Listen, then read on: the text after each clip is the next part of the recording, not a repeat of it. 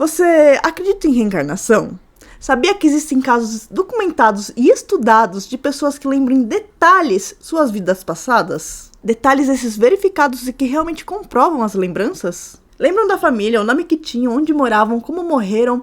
Descreveram o assassino que tá vivo e, detalhe, confessou o crime, e teve gente até que descreveu lugares históricos que não haviam sido descobertos, vieram a ser descobertos anos depois. E, enfim, são casos incríveis e eu separei alguns aqui pra vocês. Claro que eu deixei os mais legais por último, que é pra ir aumentando o suspense, né? Olá, eu sou Bruna Biguete e hoje iremos desbloquear memórias de vidas passadas. Então já sabe, né? Deixa seu like, segue o canal se ainda não segue, deixa seu comentário, envia pra aquele amigo que adora mistérios e curiosidades. Enfim, caso Shantidev. Esse caso é bastante conhecido e aconteceu na Índia. Shantidev nasceu em Delhi em 1926. Quando tinha 4 anos, começou a dizer que seu nome verdadeiro era Ludidev e que morava em Mathura, outra cidade. Ela também disse que era casada, disse o nome do marido, descreveu detalhes da antiga casa, da casa da outra vida dela, e disse inclusive que ela morreu alguns dias após o parto. Até aí, acharam que era só a imaginação fértil de uma criança. Mas ela continuou falando coisas estranhas e começou inclusive a falar no dialeto de Mathura. Detalhe, nem ela e nem os pais nunca haviam ido até Mathura, e ali na região que ela morava, ninguém falava esse dialeto. É tipo do nada, uma pessoa no meio de São Paulo que nunca teve nenhuma ligação com povos indígenas começar do nada ali com 4, 5 anos de idade falar em tupi. Foi mais ou menos isso que aconteceu. Ela descreveu em detalhes a casa onde ela morava e contou inclusive detalhes do casamento. Com isso, eles resolveram testar a menina e para isso eles pegaram e resolveram levá-la de surpresa até essa tal casa que ela dizia que ela havia vivido.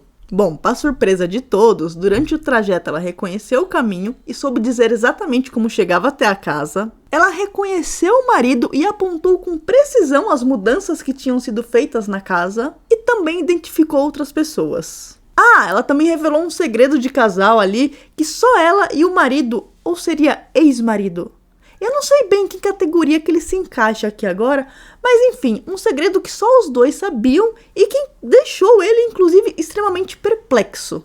E de brinde ainda mostrou um local que ela havia escondido dinheiro. Esse caso foi tão forte que até o Mahatma Gandhi se envolveu ali nas investigações. No final, eles concluíram que não havia fraude, que a menina não teve nenhum acesso prévio a essas informações e que as respostas eram sim consistentes e detalhadas. Inclusive, depois de adulta, ela mantinha as histórias e as lembranças. Nossa, deve ser extremamente confuso ter umas memórias assim, né? Tipo, essa é sua vida, mas não é sua vida, porque aquela também é sua vida, mas não é mais a sua vida. Nossa, deve ser horrível. Caso James Leininger, o piloto da Segunda Guerra Mundial. James Leininger nasceu em 1998 nos Estados Unidos e quando ele tinha 2 anos de idade, ele começou a ter uns pesadelos recorrentes com uns detalhes bem específicos. Durante esses pesadelos, ele gritava que o avião estava pegando fogo. Ele também dizia que nesses pesadelos era ele, que ele era o piloto e que seu avião havia sido abatido pelos japoneses. Com o tempo, James começou a dar informações cada vez mais específicas. Dizia que pilotava um avião chamado Corsair, que decolava de um porta-aviões chamado Natoma e que seu nome era James. Coincidentemente ou não, o mesmo nome dado a ele nessa vida. Disse também que ele tinha um amigo chamado Jack Larsen e que quando seu avião foi abatido, caiu no mar. Sem contar que ele também sabia detalhes técnicos de aviões que nem adultos sabem. Os pais então resolveram investigar e eles descobriram que existiu sim um piloto chamado Jamie Houston Jr., que morreu exatamente assim como ele descreveu. Esse piloto pilotava um Corsair Sérvia no porta-aviões USS Natoma Bay e morreu em combate contra os japoneses no Oceano Pacífico. Também descobriram que tal amigo que ele citou existiu sim e era também piloto. Esse caso, por ser bem moderno, ele foi documentado em tempo real. Afinal, ele nasceu em 1998, né? Um milênio praticamente. E o que o torna verídico é que os relatos, eles vieram antes das confirmações históricas. E também houve validação com registros militares. Ao contrário do caso anterior, o James ele foi esquecendo tudo enquanto ele foi crescendo, o que é muito comum em casos que a pessoa lembra de vidas passadas. Eu acho que é melhor esquecer mesmo. O menino que lembrava o próprio assassinato. Esse caso ocorreu em Colinas de Golã. E sim, esse lugar existe, ele fica ali entre Israel e Síria. Um menino de uma comunidade de drusos, que em resumo é uma religião extremamente fechada, nasceu com uma marca de nascença grande na cabeça. Quando ele começou a falar, ele disse que ele havia sido assassinado por um machado, que o assassinato havia ocorrido em uma aldeia próxima, que ele sabia quem tinha o assassinado e também onde estava enterrado seu corpo. Além, claro, do seu próprio nome na vida anterior. Os adultos, diante disso, resolveram testar a história. Segundo relatos, a criança então levou os adultos ali até um local específico num campo, apontou um lugar ali específico, num pontinho específico, e ao cavarem ali, eles encontraram um esqueleto com um ferimento compatível de um machado no mesmo lugar, no lugar exato onde era a cicatriz de nascença do menino, e ao lado do esqueleto, pasmem, um machado. O mais interessante é que ele também apontou o assassino, que ainda estava vivo, e que a princípio negou o crime, mas que depois ele confessou. Agora pensa, o cara tá lá, nossa, ninguém vai descobrir o que eu fiz, nunca mais vão descobrir. Aí vem o quê? Vem o próprio ali, reencarnado, vai lá, ideia do cara. Acho que ele ficou com vontade de fazer de novo.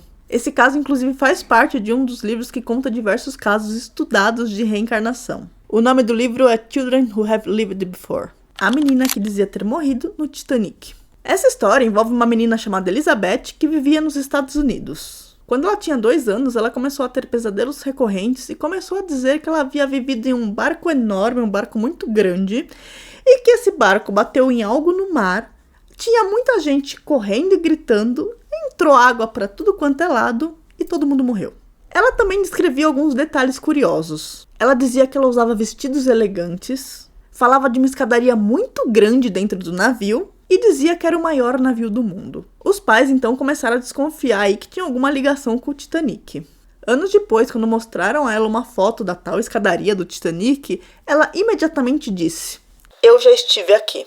Além disso, ela tinha um medo absurdo e inexplicável por água desde sempre. A criança que lembrava ter sido um monge assassinado. Esse relato aparece em estudos sobre reencarnação no Tibete. No budismo tibetano, existe a tradição dos tulkus, crianças que seriam reencarnações de mestres espirituais. Um caso curioso envolve um menino que afirmava ter sido um monge assassinado durante conflitos políticos. Ele dizia o nome do mosteiro onde viveu, o nome dos discípulos e até a posição exata de objetos dentro do templo. Quando ele foi levado ao mosteiro, ele reconheceu pessoas que ele nunca tinha visto antes e ele apontou exatamente os objetos que pertenciam ao monge anterior. Ou ao eu dele anterior, a vida dele anterior. Isso é meio confuso. Um detalhe curioso, esse tipo de identificação ele faz parte do processo para reconhecer líderes espirituais como o Dalai Lama, cuja reencarnação é tradicionalmente buscada dessa forma. O menino que lembrava ser um ator de Hollywood. Esse caso envolve Ryan Raymond, um menino que começou a ter umas memórias estranhas mais ou menos quando ele tinha uns 4 anos de idade. Ele dizia coisas como: "Eu vivi em Hollywood, trabalhei em filmes, tive uma casa grande com piscina, era rico." Sei lá, mas aqui eu meio que senti uma crítica assim, tipo, ai, que merda, eu voltei pobre. Só achei só. Entendo ele. Também deu detalhes da vida anterior, como ter tido várias mulheres e 3 filhos, contar de festas que ele frequentava, do quanto ele dançava e de como ele morreu. Quando os pais mostraram pra ele um livro sobre filmes antigos, o Ryan então apontou para um homem e falou: "Eu sou esse." O homem era Marty Martin. Ninguém conhece, né? Um agente de atores que viveu entre os anos de 1930 e 1960, mais ou menos. Interessante é que esse ator, ele não era ninguém famoso, não. Ele era tipo um ator secundário. E é por isso que ninguém sabe quem é. E eu digo isso porque quando a pessoa fala que lembra da vida passada, ela nunca é ninguém desconhecido, né? Ela sempre é Cleópatra, enfim. Mas aqui não. Pesquisadores compararam, então, as informações dele com a biografia do tal do Martin aí. E sim, a maioria das informações batia perfeitamente. Dorothy Edge, a sacerdotisa egípcia. Não preciso nem falar que essa é minha favorita, né? Dorothy Edge, uma britânica, ficou conhecida por afirmar que em uma vida passada ela foi uma sacerdotisa do Egito Antigo. Tudo começou quando ela tinha 3 anos de idade e caiu de uma escada. Ela caiu da escada e ela morreu por alguns minutos. Ela ficou morta por alguns minutos. E do nada, ela simplesmente acordou como se nada tivesse acontecido.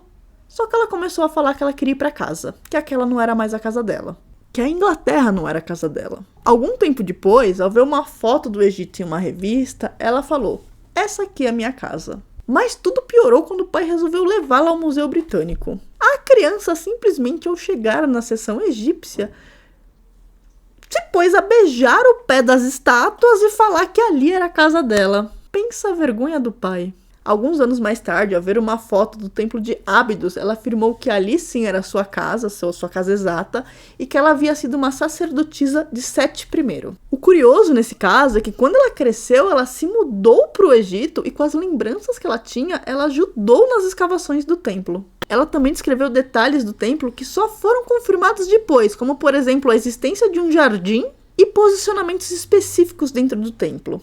E ela sabia ler hieróglifos, e quando testaram ela ali para saber onde estavam escritas específicas dentro do templo, ela acertou tudo tranquilamente. Inclusive hieróglifos que só os arqueólogos sabiam por estarem em locais recém-descobertos que não haviam sido ainda oficializados, abertos ao público, nem ditos a outras pessoas sobre a descoberta. Ela, com sua memória, teve impacto real na arqueologia. Deve ser difícil ser arqueólogo e não acreditar em reencarnação, né, com o caso dela. Bom, apesar dos diversos relatos de casos estudados, documentados e tudo mais, a ciência ela ainda não reconhece a reencarnação. Então, se você é um daqueles que busca uma comprovação científica, só os relatos e as documentações e tudo mais não vale, então esquece. A ciência segue falando que é só coincidência, ou a criança ouviu algo e criou a história, e coisas do tipo. Ou então não fala nada, deixa pra lá. Mas eles não reconhecem. É aquilo, né? O povo descobrindo lugares em templos egípcios e eles dizendo que isso não existe. Enfim, mas me conta, qual caso te chamou mais atenção? Conhece alguém que tem ou teve lembranças de vidas passadas? E claro, né? Pra finalizar, aquela ajudinha básica de sempre. Like, comentar, seguir. Se você até aqui você não tá seguindo ainda, já segue, né? Enfim, comentário, manda para aquele amigo que gosta de curiosidades e mistérios e me conta qual outro assunto você gostaria de ver por aqui, qual mistério, qual curiosidade, e te vejo no próximo vídeo. Até o próximo!